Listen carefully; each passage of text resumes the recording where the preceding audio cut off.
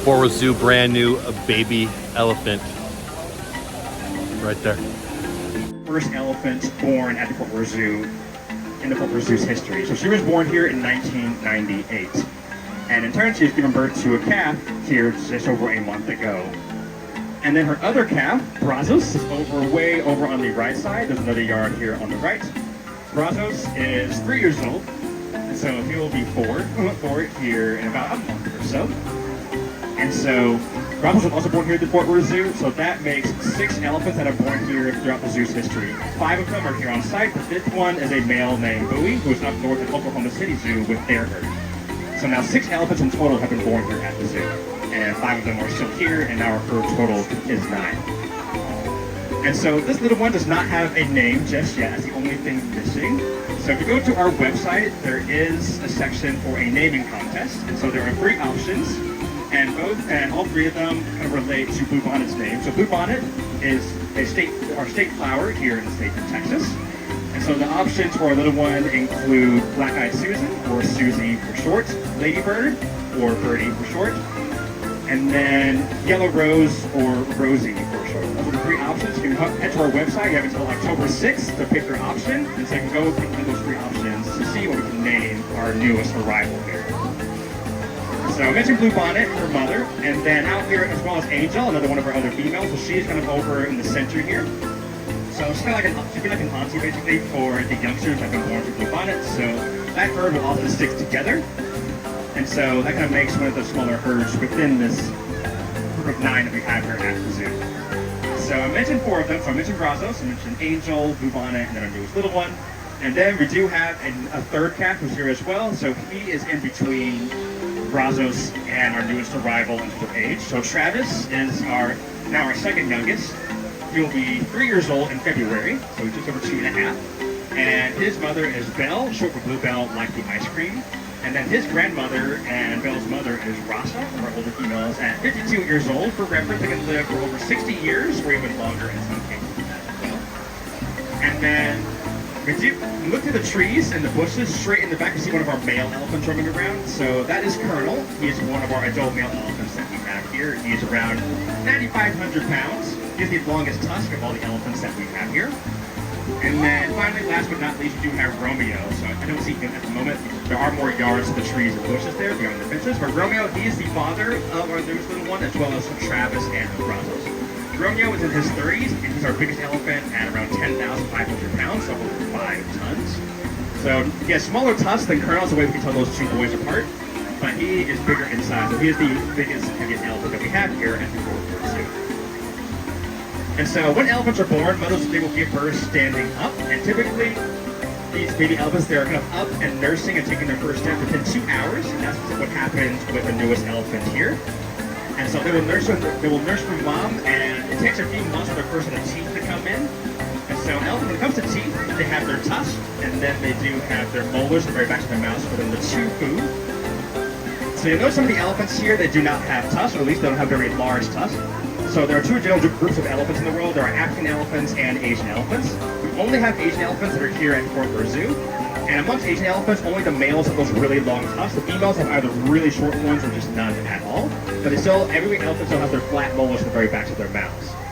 And so baby elephants typically will get their first set of teeth in the very backs of their mouths within 4 to 6 months of age.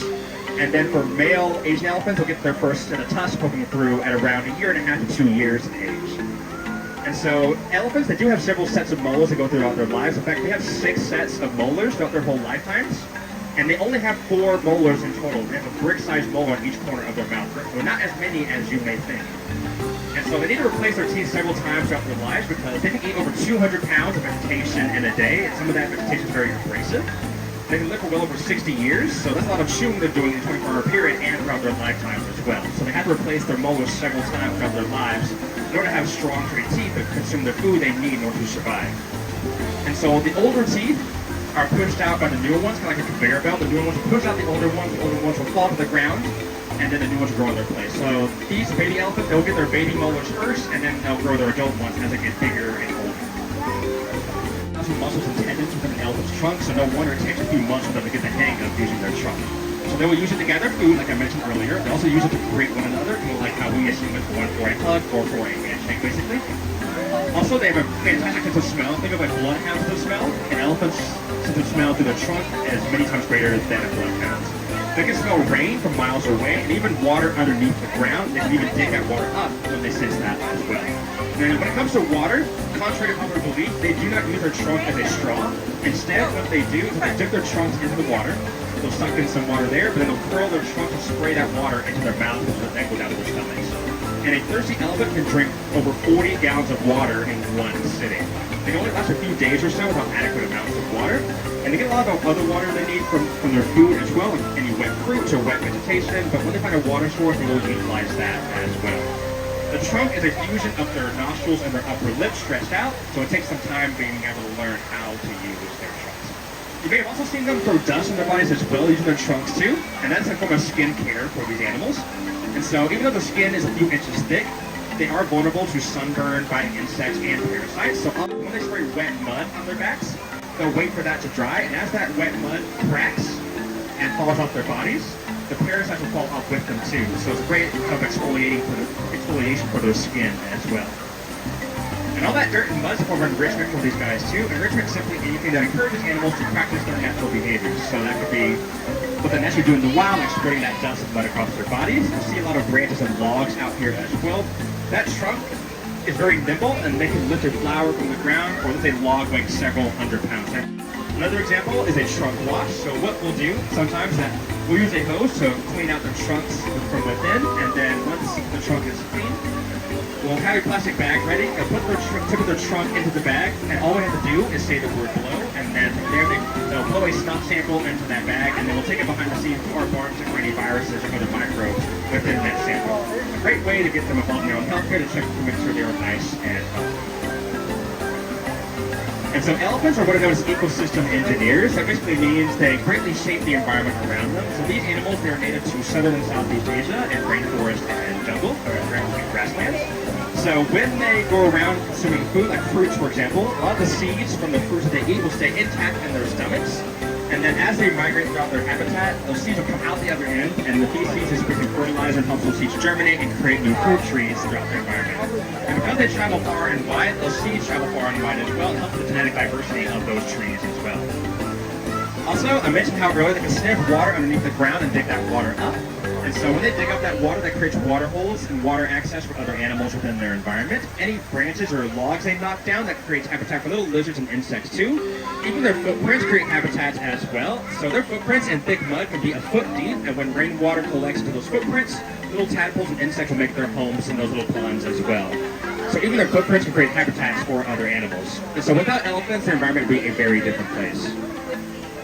And so unfortunately, Asian elephants, they are endangered out in the wild. They have declined by around 2/3 over the past few decades, mainly due to habitat loss. Only around 30 to 40,000 elephants are left across southern and Southeast Asia, much less than what they used to be. Habitat loss and hunting for the ivory trade has really affected these guys. So the ivory trade, you can see Colonel, for example, moving to the tree. You can see his big white tusks in the back there. And so elephants, unfortunately, they are hunted for those tusks, and those tusks are used for different artwork and decorations and trinkets. And so be aware of any wildlife products you may see in person or on the internet to avoid contributing to the illegal wildlife trade. It's a multi-billion-dollar industry. Some of our elephants here at the zoo are up for adoption, believe it or not, but I do not mean take one home. Basically, provide donations to go towards their health care and well-being, and in return, to get updates on what the individual is doing. So while you're looking up which name to give a baby elephant, have a look at our website to know what animals are up for adoption as well. And then one of our conservation partners here at the zoo is the International Elephant Foundation. And so they work to protect elephants across Africa and Asia, and includes working with local communities as well. If you're trying to visit here today, you're contributing to that work. If you're taking purchase, help support over 30 different conservation partners here at the zoo, including for native wildlife in the state of Texas. In fact, $2 million have been raised over the past, and then they just grow to be much over time, and they can use that here as a fly swatter. So if you want to feel that at any point, feel free to come do that as well. But thank you for coming out here and visiting us. Please let us know if you have questions.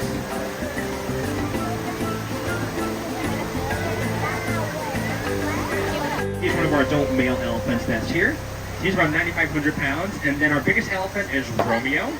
So he's in his 30s. He's the father of our newest little one here, as well as the father of Brazos and Travis. And he is over 10,500 pounds, so by far our biggest elephant is here.